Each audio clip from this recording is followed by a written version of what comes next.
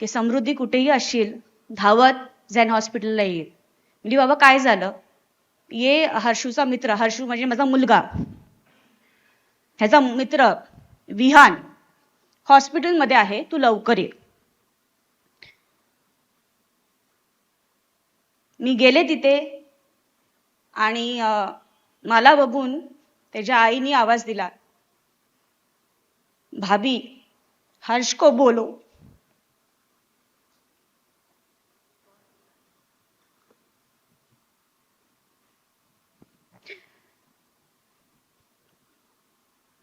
हर्ष को बोलो कि विहान अभी क्रिकेट खेलने कभी नहीं आएगा.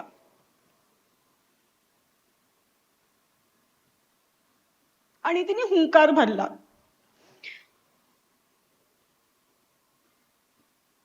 ती हॉस्पिटलमध्ये मान्यच करत नव्हती. तुम्हीही ऐकलं जेव्हा पाटणकर डॉक्टरांनी सांगितलं की तिची आई ती त्या मुलाला ओळखतच नव्हती. ती मान्यच करत नव्हती की हा माझा मुलगा विहान आहे म्हणून.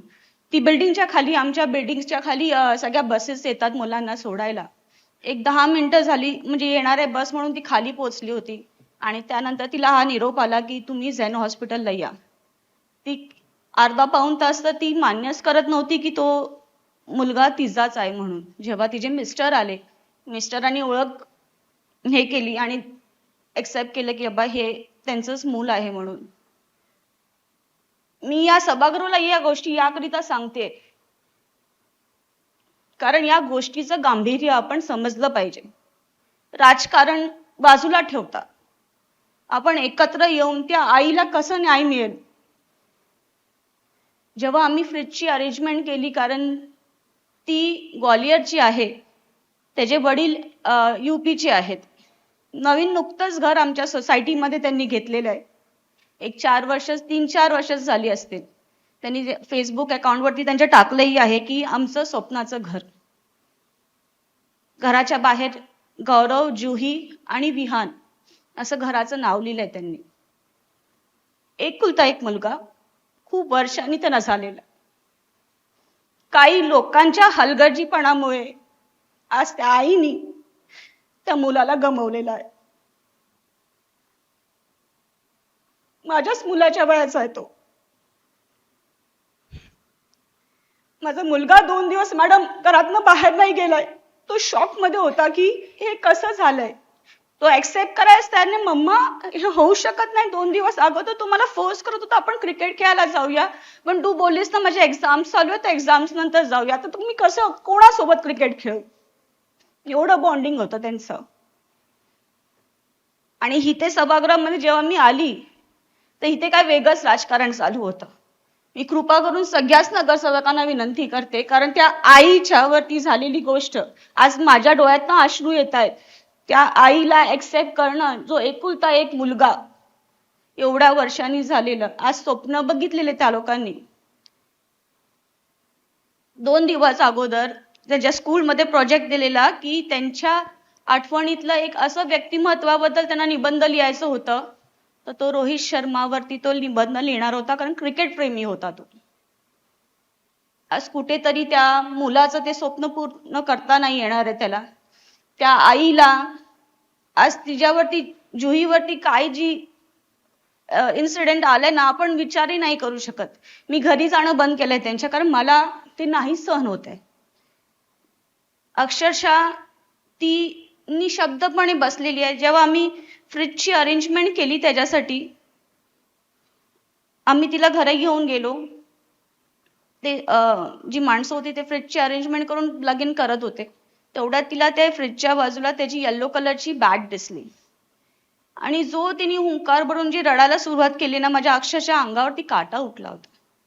कारण आज या पोझिशनवरती असून आपण काहीच करू शकत नव्हतो. काही लोकांनी सांगितलं कॉम्पेन्सेशन पॉलिसी आपल्याला रिवाइव्ह करणं गरजेचं आहे. ठीक आहे, वेल सेटल फॅमिली आहे, त्यांना कॉम्पेन्सेशनची गरज नाहीये, पण ती रिवाइव्ह करणं गरजेचं आहे. कारण आज ती घोडेस्वार महिलेसोबत जे झालंय, ती तर फार गरीब महिला होती, घरकाम करणारी महिला होती. तिला अजून ते महानगरपालिकेकडनं कॉम्पेन्सेशन भेटलेलं नाहीये. तिलाही 2 लहान मुलं होती. आज त्या गोष्टीला 7-8 वर्ष झालेली आहेत. 2017-18 ला ही झालेली गोष्ट आहे. मला हेच म्हणायचं आहे की असं किड्या मुंग्यांसारखं अगर हे अशी माणसांचे जीव जात असतील कोणाच्या हलगर्जीपणामुळे, तर त्यांच्यावरती कठोर कारवाई होणं गरजेचं आहे. आज एमवेस्ट मध्ये झाड पडून असे इन्सिडेंट झालेली ही 4थी केस आहे मॅडम, तुम्हाला त्या दिवशी सगळ्यांनी सांगितलं. वारंवार गार्डन डिपार्टमेंटला आपण दोष देतो, पण त्याच सोबतच आपण त्या कॉन्ट्रॅक्टरला फक्त ब्लॅकलिस्ट न करता त्या कॉन्ट्रॅक्टरला वरती केस होणं गरजेचं आहे, त्याला त्यांनी केलेल्या चुकीची जाणीव होणं गरजेचं आहे. फक्त ब्लॅकलिस्ट करून आज त्या संस्थेचं नाव आपण तेव्हाच हे करतो, पण तोच व्यक्ती दुसऱ्या कोणाच्या रॉयल्टीवरती कंपनी घेऊन परत काम महानगरपालिकेचं घेतो. पण माझं असं म्हणणं आहे की त्या जो कॉन्ट्रॅक्टर आहे त्याच्यावरती ही केस फाईल होणं गरजेचं आहे की जेणेकरून अशा गोष्टी पुढे होणार नाहीत.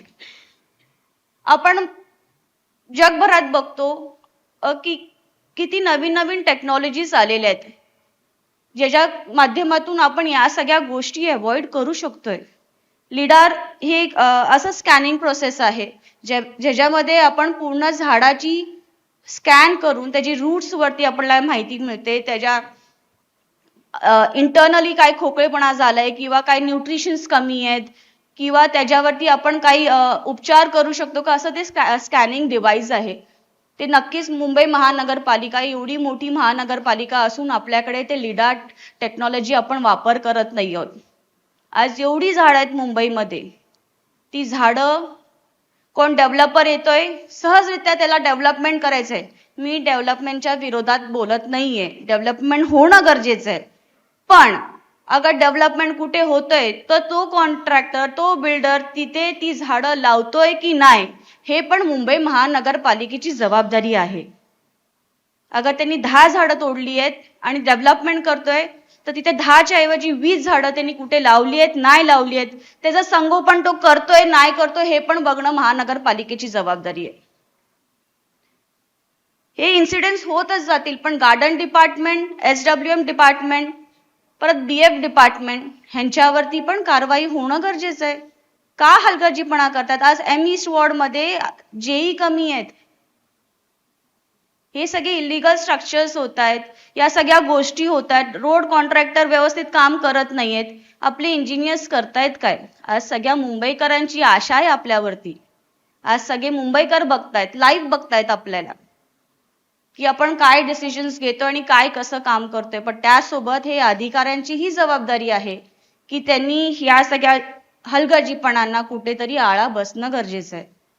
की आपण जे काम करतोय, आपण रोडचं काम केलंय, कॉन्क्रिटीकरण झालंय, चांगली गोष्ट आहे, पण त्या कॉन्ट्रॅक्टरनी तिथे व्यवस्थितरित्या अगर ते हे केलं असतं, त्याला जागा ठेवली असती झाडाला वाढण्यासाठी किंवा काय खोदताना तिकडची माती वगैरे कमी झाली होती तर तिथे माती टाकणं गरजेचं होतं. आणि ही जबाबदारी तिकडच्या गार्डन डिपार्टमेंट, रोड डिपार्टमेंट या सगळ्यांची जबाबदारी होती. नाही केलं गेलंय.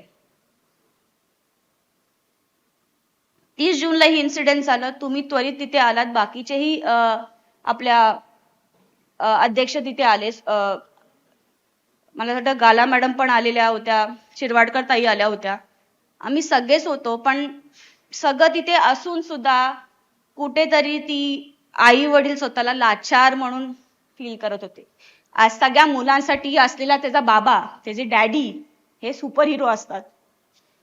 मी जेव्हा घरी आले, सगळं झालं, नेक्स्ट डे त्याचे वडील मला हात जोडून बोलतोय कि मैं सुपर डैड होके भी मैं अपने बच्चे को बचा नहीं पाया.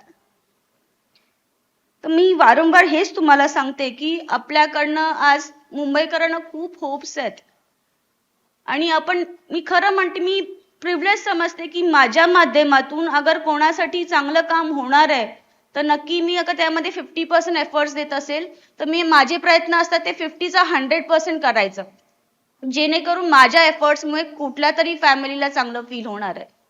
आणि तीच भावना आपल्या अधिकाऱ्यांमध्ये आणि जे काम करणारे आहेत कॉन्ट्रॅक्टर्स त्यांच्यामध्ये पण असणं गरजेचं आहे. जोपर्यंत ही भावना त्यांच्या मनात येत नाही, जोपर्यंत मुंबईकरांसाठी हा आदर येत नाही, तोपर्यंत या गोष्टी चांगल्यापणे होणारच नाहीयेत.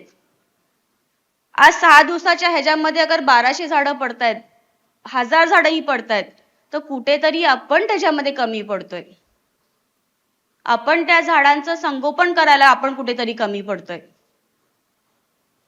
आपण अगर तिथे व्यवस्थित अधिकारी देत नाही आहोत, व्यवस्थित ऑडिट कुठल्या गोष्टीचं करत नाही आहोत, आपलं BF डिपार्टमेंटला अगर अधिकारी कमी पडतायत, तर या सगळ्या गोष्टी बघणं ही महानगरपालिकेची जबाबदारी आहे.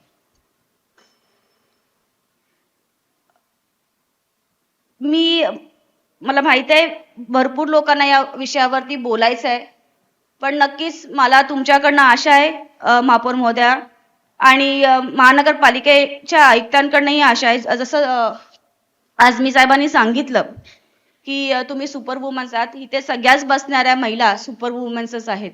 आज त्यांचं घर बघून, मुलं बघून महानगरपालिकेमध्ये येऊन एवढी मोठी जबाबदारी पाळताय, तर नक्कीच त्या सुपर वुमन आहेतच.